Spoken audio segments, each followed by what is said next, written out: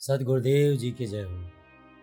भाइयों बहनों, आपने पिछले वीडियो में देखा कि एक सीरीज चलाई गई थी 52 अक्षर का भेद थे, क्योंकि कुछ कबीरपंथी ऐसे हैं जिन्होंने यह अफवाह उड़ानी शुरू कर दी कि कबीर साहब का जो सार शब्द है, सार नाम है, वो कोई शब्द ही नहीं है, अर्थात ना वो बोला जाएगा न कहा जाएगा। हालांकि ये भी सत्य है कि जिस हिसाब से हम लोग समझते हैं तो वो बोलना और उसमें नहीं आता है, लेकिन इसका मतलब ये भी नहीं कि वो बोला जा नहीं सकता है। इसका अर्थ यह है कि उसको बोलने कहने के लिए निषेध किया है, परमात्मा ने मना किया है कि इसको किसी को बोल के बताना नहीं है, किसी से कहना नहीं है।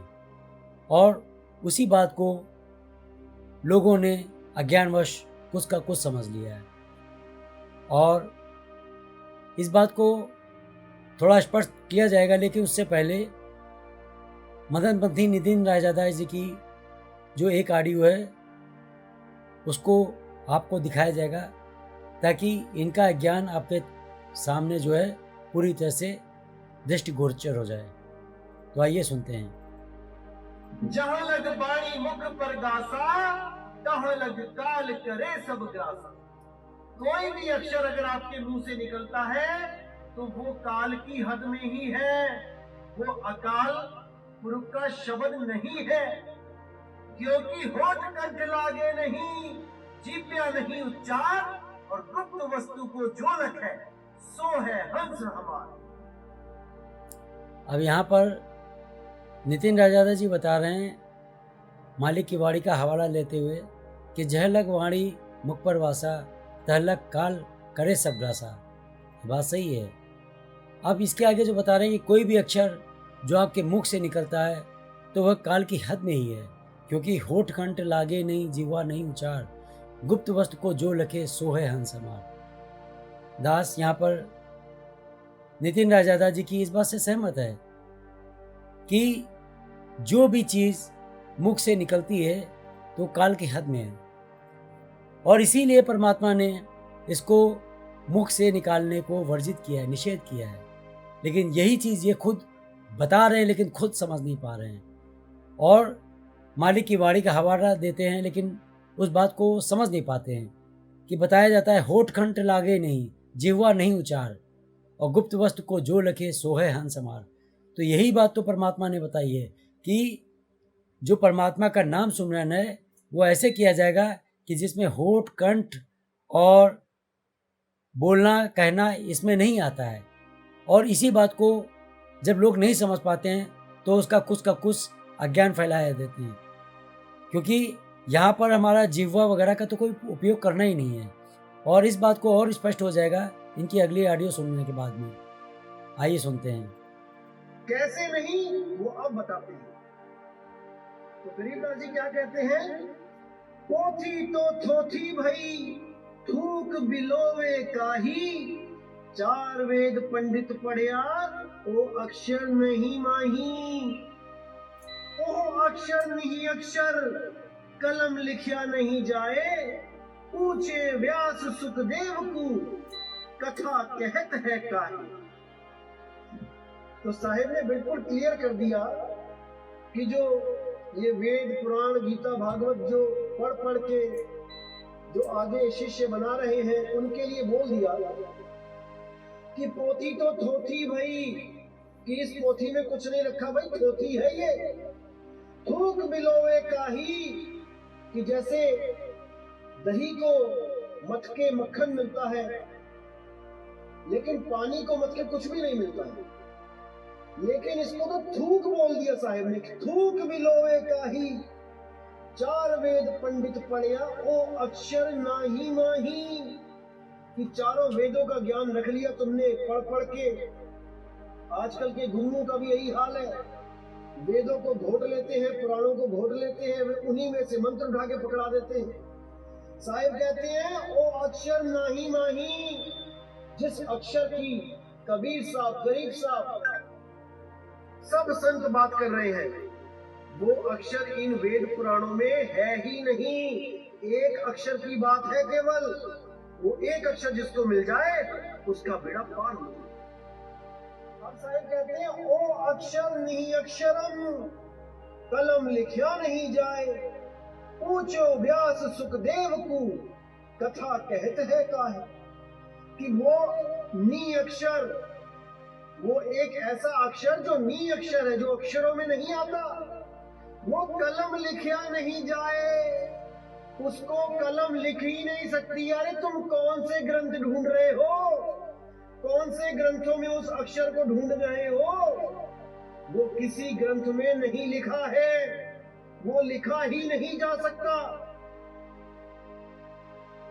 तो जिन भाइयों का विश्वास इस चीज में लग चुका है कि गीता के इस अध्याय के इस श्लोक में लिखा है कि मेरा एक ओम मंत्र है और उसकी साधना करने से मैं ऐसे सुख देता हूँ, ऐसे हो जाता है, वैसे हो जाता है, या जो ओम तत्सत मंत्र है गीता के इतने अध्याय के इतने श्लोक में, उसको करने का आदेश हुआ है परमात्मा का। नहीं मेरे भाई, नहीं। परमात्मा को जो आदेश हुआ है वो इतना पीछे नहीं है कि 13वें 14वें 15वें अध्याय में होगा। परमात्मा का आदेश बिल्कुल पहले आ चुका है। पहले अध्याय में आप देखेंगे तो उसमें धृतराष्ट्र को सारा कुछ बताया जा रहा है कि कैसे कैसे युद्ध हो रहा है, कौन कौन सामने खड़ा है, आमने सामने खड़ा है, और अर्जुन ने तीर कमान नीचे रख दिया है, कह रहा है मैं नहीं लड़ूंगा।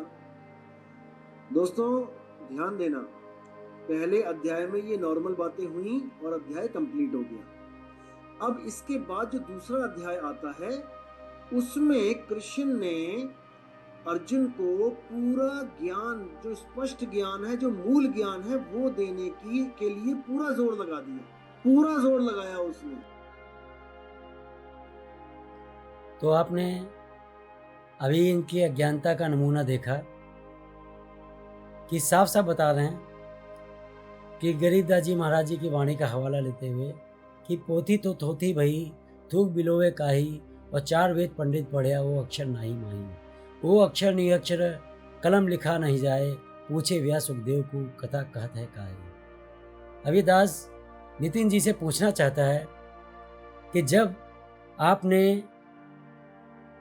अपनी वीडियो में बताया है कि अर्जुन को अज्ञान था और वो समझ नहीं पाए, क्या नहीं समझ पाए कि गीता के दूसरे अध्याय में, दूसरे अध्याय की इन्होंने बात की थी कि उसमें जो है पूरा निचोड़ दे दिया गया है, और बाकी का 1% बताते हैं कि परमात्मा की वाणी मिलता है, 99% गीता को बता रहे हैं।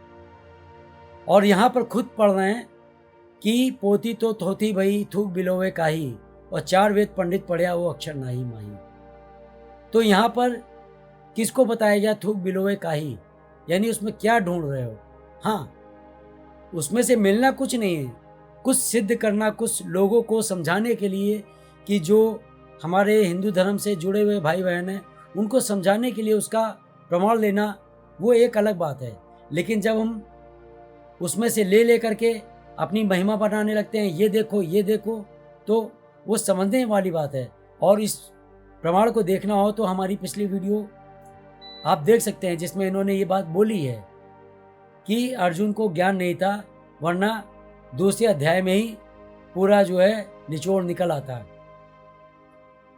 अब एक चीज और कहने की बात है कि 4 वेद पंडित पढ़िया वो अक्षर नाही माही, वो अक्षर नहीं अक्षरम। अब यहाँ पे एक तो स्पष्ट हो गया कि 4 वेद में बताया कि वो अक्षर नहीं है। वो अक्षर कैसे नहीं है और कैसे है वो अभी आपको समझ में आ जाएगा। पहले इसको समझना है कि वो अक्षर नहीं अक्षर, कलम लिखा नहीं जाए। वो अक्षर नहीं अक्षर है, कलम लिखा नहीं जाए, उसको कलम से नहीं लिखा जा सकता। तो फिर हम जान कैसे सकते हैं? इसको समझने की बात है कि जो हमारे भाई बहन थोड़ा भी संगीत की समझ रखते हैं तो उनको ये पता होगा कि संगीत के 7 सुर होते हैं, सा रे गा मा पा धा नी सा। अब यहाँ पे समझने वाली बात है कि इसको बोल दिया जाए केवल एक नॉर्मल रूप से, सा रे गा मा पा धा नी सा। यहाँ पर गाने की कोई मतलब नहीं है। और इसी को लिख दिया जाए, सारे गामा पाधा नी सा। अब इसको कोई देख ले, पढ़ ले या किसी से मुंह से ऐसे ही सुन ले तो क्या वो संगीतकार हो गया? नहीं भाई, ऐसे नहीं संगीतकार हो सकता है। उसको संगीतकार बनने के लिए उस सारे गामा पाधा नी सा इन सातों स्वरों को जानने वाले गुरु की शरण में जाना पड़ेगा और उससे विधि पूर्वक इन सातों स्वरों को सीख करके उसका पूरा अभ्यास करना पड़ेगा। और ये अक्षर लिखे तो जा सकते हैं, लेकिन उसको लिखे होने के बावजूद भी कोई पढ़ के समझ नहीं सकता है, क्योंकि उसमें सा ही समझ में आएगा, रे ही समझ में आएगा, गा ही समझ में आएगा, लेकिन वो कैसे उच्चारण होगा, कैसे उसका विधि है, ये नहीं समझ में आएगी। इसके लिए उसकी शरण में जाना पड़ेगा जो उसको जानने वाला है। यहाँ पर भी वही बात है कि वो अक्षर निअक्षर, निअक्षर का अर्थ होता है जो अक्षर से परे है, क्योंकि लोग इसको भी नहीं जान पाते। निअक्षर का मतलब समझ लेते हैं कि बिना अक्षर का। नहीं भाई, वो बिना अक्षर का मतलब नहीं है। जैसे निर्गुण, निर्गुण का अर्थ बिना गुण का नहीं होता है। निर्गुण का अर्थ होता है जो गुणों से परे है। जैसे काल ब्रह्म को निर्गुण कहा गया है, अर्थात जो इन तीनों गुणों से परे है, इनसे आगे है, जिसके ऊपर इन गुणों का प्रभाव नहीं होता है। उसी तरह से निअक्षर, निअक्षर का मतलब जो है जी इन सारे अक्षरों से परे है। वो कलम लिखा नहीं जाए, कि कलम लिखा नहीं जाए यानी जो उसका जो वास्तविक विधि है वो उसको लिखने के बाद में भी लोगों को समझ में नहीं आएगा। अर्थात कहने का है कि वो लिखा नहीं जा सकता है। अब समझने वाली बात यह है कि सारे गामा भी लिखा नहीं जा सकता, और लिखा हुआ है तो उसको कोई समझ नहीं सकता। अर्थात उसके लिखे होने ना लिखे होने का कोई भी अर्थ नहीं बचता। हाँ, उसको समझने के लिए जब उसकी गुरु के पास जाया जाएगा, उसको जानने वाले के, तब वो लिखे हुए का अर्थ समझ में आता है कि दिख तो रहा है सब एक ही तरह है, लेकिन फिर भी उनमें अंतर है। यहाँ पे जैसे पहला सा और आखिरी सा दोनों एक ही तरह से दिखते हैं, लेकिन दोनों में काफी अंतर है। यहाँ पर भी वही प्रकरण है कि परमात्मा का कहने का तात्पर्य है कि भाई उसको जो विधि है वो लिखी नहीं जा सकती है। उसको जानने के लिए आपको उसकी शरण में जाना पड़ेगा जो तत्वदर्शी संत होगा।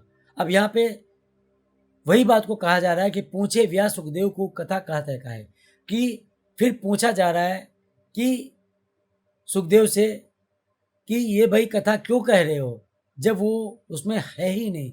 अर्थात कि भाई उसमें वो सार शब्द, सार नाम नहीं मिल पाएगा। अब इसी बात को और स्पष्ट समझने के लिए हम परमात्मा की एक वाणी का थोड़ा हवाला लेते हैं।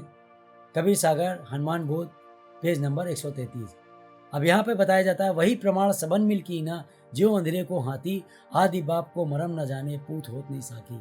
कि जैसे अंधेरों के हाथी का प्रमाण लिया गया है कि जिसने सूंड को टो लिया उसके लिए सूंड ही हाथी है, वो अन्य चीज को स्वीकार नहीं करेगा। जिसे पूंछ को टो करके देख लिया हाथों से, उसके लिए वो पूंछ ही हाथी है।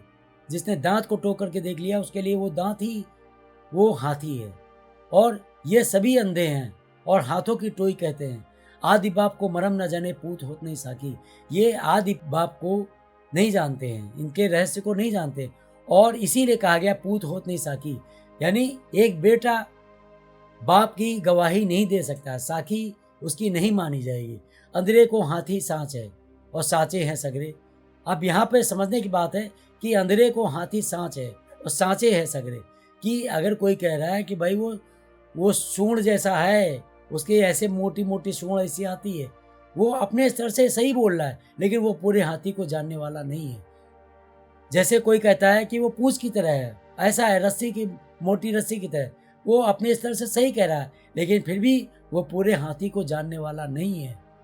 तो यहीं पर यही बताया गया है कि अंधेरे को हाथी साच है, साचे हैं सगरे, और हाथन की टोई कहे आँखिन के अंधेरे। कि हाथों की टोई कह रहे हैं, लेकिन ये आंखों के अंधेरे हैं। शब्दातीत शब्द ते पाइन, बूझे विरला कोई।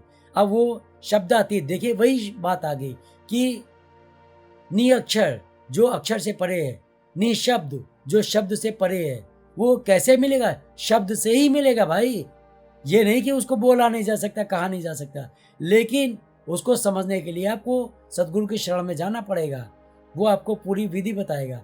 बूझे विरला कोई, और इस बात को कोई विरले ही बूझ पाएगा। अर्थात इसका मतलब ये नहीं कि दास कोई वीआईपी हो गया, दास भी आप लोग से सामान्य है, लेकिन बस ये है कि परमात्मा की वाणी पर विश्वास करके उनकी वाणियों को गहराई से खंगालना पड़ेगा। यही बात है। कहे कबीर सदगुरु की सेना आप मरे तब होई। अब परमात्मा ये बता रहे हैं कि भाई ये चीज़ें आपके सामने कैसे खुलेंगी, तो इसके लिए बताया गया कि सदगुरु की सेना यानी सदगुरु का संकेत जो होता है वो कैसे आपको प्राप्त होगा। वो तब प्राप्त होगा जब आप मरे तब होई, ये तब प्रकट होगा। वो कैसे कि अभी तो आप मन रूपी उसमें विहार करते हैं, अपने मन से ही विचरण किया करते हैं, ज्ञान का कोई आधार नहीं है। लेकिन जब ये मन विलीन हो जाता है, मन लुप्त हो जाता है, मन के विचार को जो आवागमन है वो लुप्त हो जाता है, तब जाकर के परमात्मा की जो सेना है यानी जो संकेत है वो हमें प्राप्त होने लगती है, और तब ये सारे भेद खुलने लगते हैं। अब एक बात इन्होंने अभी और जो बोली है, जहलक कहीं जिभ्या कर गाया, तहलक जानो सब माया। बिल्कुल सही बात है, और इसीलिए तो परमात्मा ने जिह्वा से सुमरन करने को मना किया गया है। लेकिन वो चीज़ इनको नहीं समझ में आएगी।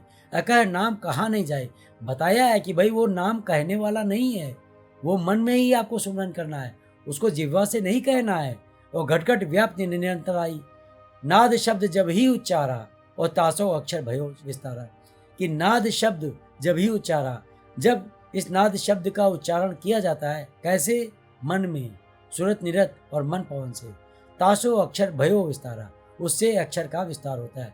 अक्षर ही ते उपजी माया, संशय भई सबन की काया। अब अक्षर से कैसे माया उपजती है, एक तो जो आप लोगों ने पढ़ा होगा, आप लोगों को ज्ञान होगा, लेकिन इसको थोड़ा और विस्तार से समझते हैं कि अक्षर ही ते उपजी माया, कि जो भी हमारी पूरी भाषा बनी है वो अक्षरों से ही बनी है। अक्षर से शब्द और शब्दों से पूरी हमारी पूरी भाषा बनी हुई है, वाक्य उस इत्यादि इत्यादि। अब जब भी कोई बात किसी से कहता है तो उसका एक जो प्रतिक्रिया होती है दूसरे के मन में। अब वो प्रतिक्रिया अच्छी और बुरी कुछ भी हो सकती है, और वही उसी प्रतिक्रिया से राग और द्वेष उत्पन्न होते हैं, और यही माया है, यही माया की उत्पत्ति है। जब तक कि कोई चीज़ आपके घट में विद्यमान है, जब तक दूसरा उसको नहीं जान सकता, तब तक वो ये नहीं जान सकता कि आप अच्छे हैं या खराब हैं, और तब तक कि वो आपके बारे में अच्छा बुरा कोई भी विचार जो बनाता नहीं है, यानी उसके मन में राग द्वेष कुछ भी उत्पन्न नहीं होता। अब यही बात को उन्होंने समझाया, संशय भई सबन की काया, और तभी शब्द सुरत मन लाया। यहाँ पर बताया गया है कि सबके मन काया में यानी जो है संशय समाया हुआ है, और तभी शब्द सुरत मन लाया। और जब शब्द में जो है सुरत के द्वारा, मन के द्वारा हम उसको सुमरन करते हैं, तब जाकर के हमारा ये संशय धीरे धीरे गायब होने लगता है, नष्ट होने लगता है। मन थिर भय नहीं है माया।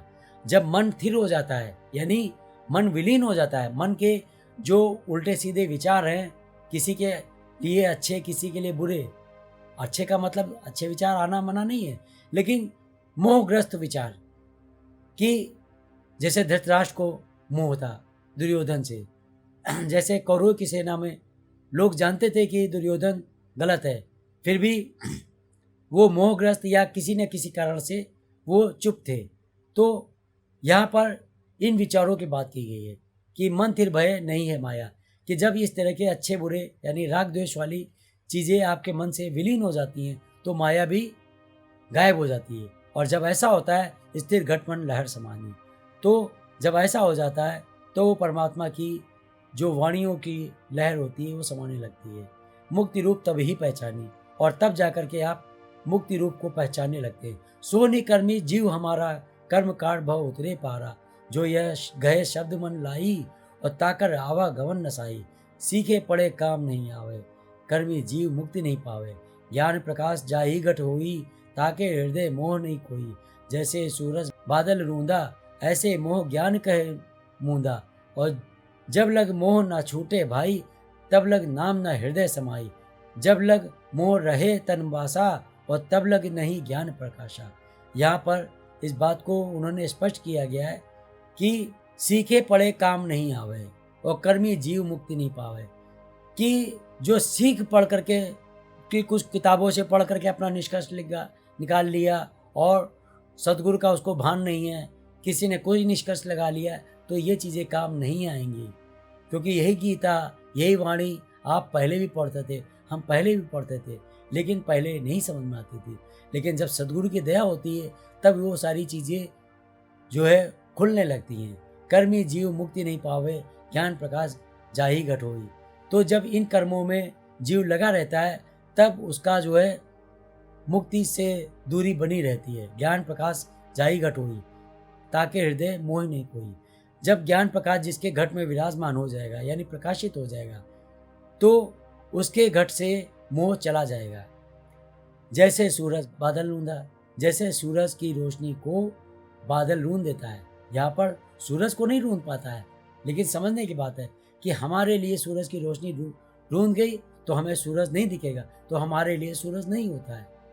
ऐसे ही ये जो अज्ञानी जीव हो जाते हैं, जिनको परमात्मा का ज्ञान नहीं होता है, यानी कोई उसका प्रभाव नहीं दिखता, लाभ नहीं दिखता, तो उनके लिए वो परमात्मा नहीं होता है। ये इसी तरह से बताया गया है। तो ऐसे मोह ज्ञान कह मूंदा, इसी प्रकार मोह ने आपके ज्ञान को ढक रखा है। जब लग मोह न छूटे भाई, तब लग नाम न हृदय समाए। जब तक ये मोह नहीं नष्ट होगा तब तक ज्ञान नहीं समाएगा। इसलिए उसके लिए आपका मोह का नष्ट होना आवश्यक है, तब जाके ज्ञान प्रकाशित होगा। और इसी बात को एक और बात में बताया गया है आगे कि अमर मूल सोपान बनावा, बेली बीज नहीं निर्मावा। यहाँ बहुत गहराई की बात कही है कि अमर मूल का मतलब होता है कि अमर का मतलब अविनाशी, और मूल का मतलब जो जड़ है। जड़ यानी वो परमात्मा, कि उससे वो पान अर्थात वो शब्द, वो नाम बनाया है, और बेली बीज नहीं निर्मावा। अब यहाँ पर समझने वाली बात है कि उस अमर मूल से पान यानी ये शब्द बनाया गया है, और बेली बीज नहीं निर्मावा। तो यहाँ पे समझने वाली बात ये है कि उसकी जो शब्द की उत्पत्ति परमात्मा ने की है। अब यहाँ पे कुछ लोग उस शब्द को, परमात्मा को एक समझने लगते हैं। हाँ, वो है भी एक, लेकिन अगर हमने सोच लिया कि बस यही है तो वो धोखे में है। क्योंकि जब जो सृष्टा है वो निश्चित रूप से अलग है, और वो एक कैसे, जैसे हमारे प्रधानमंत्री, राष्ट्रपति या मुख्यमंत्री या डीएम, किसी भी स्तर को ले लो, या हमारे कोई माननीय जज साहब, अगर हम उनको कोई प्रेज करते हैं, कोई प्रशंसा करते हैं, तो उसका लाभ भले वो देर में मिले, वो एक अलग मैटर है। लेकिन यदि हम किसी की आलोचना करने लगते हैं, वो भी निराधार होकर के उसको बुरा भला कहने लगते हैं, उसको कोसने लगते हैं, तो जो प्रधानमंत्री है, जो राष्ट्रपति है या जो जज है, वो नाम नहीं है, लेकिन उसका प्रभाव आपको दिख जाएगा। वो दिख जाएगा कि वो कैसे उससे एक है, जबकि आपने उसको कुछ भी नहीं कहा, यानी उसको जा करके तू ऐसा है, तू ऐसा है, कुछ भी नहीं कहा, लेकिन फिर भी उसके नाम के कारण उसका प्रभाव आपको झेलना होगा। यहाँ पे यही बात बताया गया है। अब एक बात और समझते हैं जो थोड़ी गहरी है, और इस बात को अगर आपने नहीं सुना, नहीं देखा, जिसके लिए पूरा वीडियो बनाया गया, आप उस बात को नहीं समझ पाएंगे। इसलिए इस बात को अवश्य देखिए।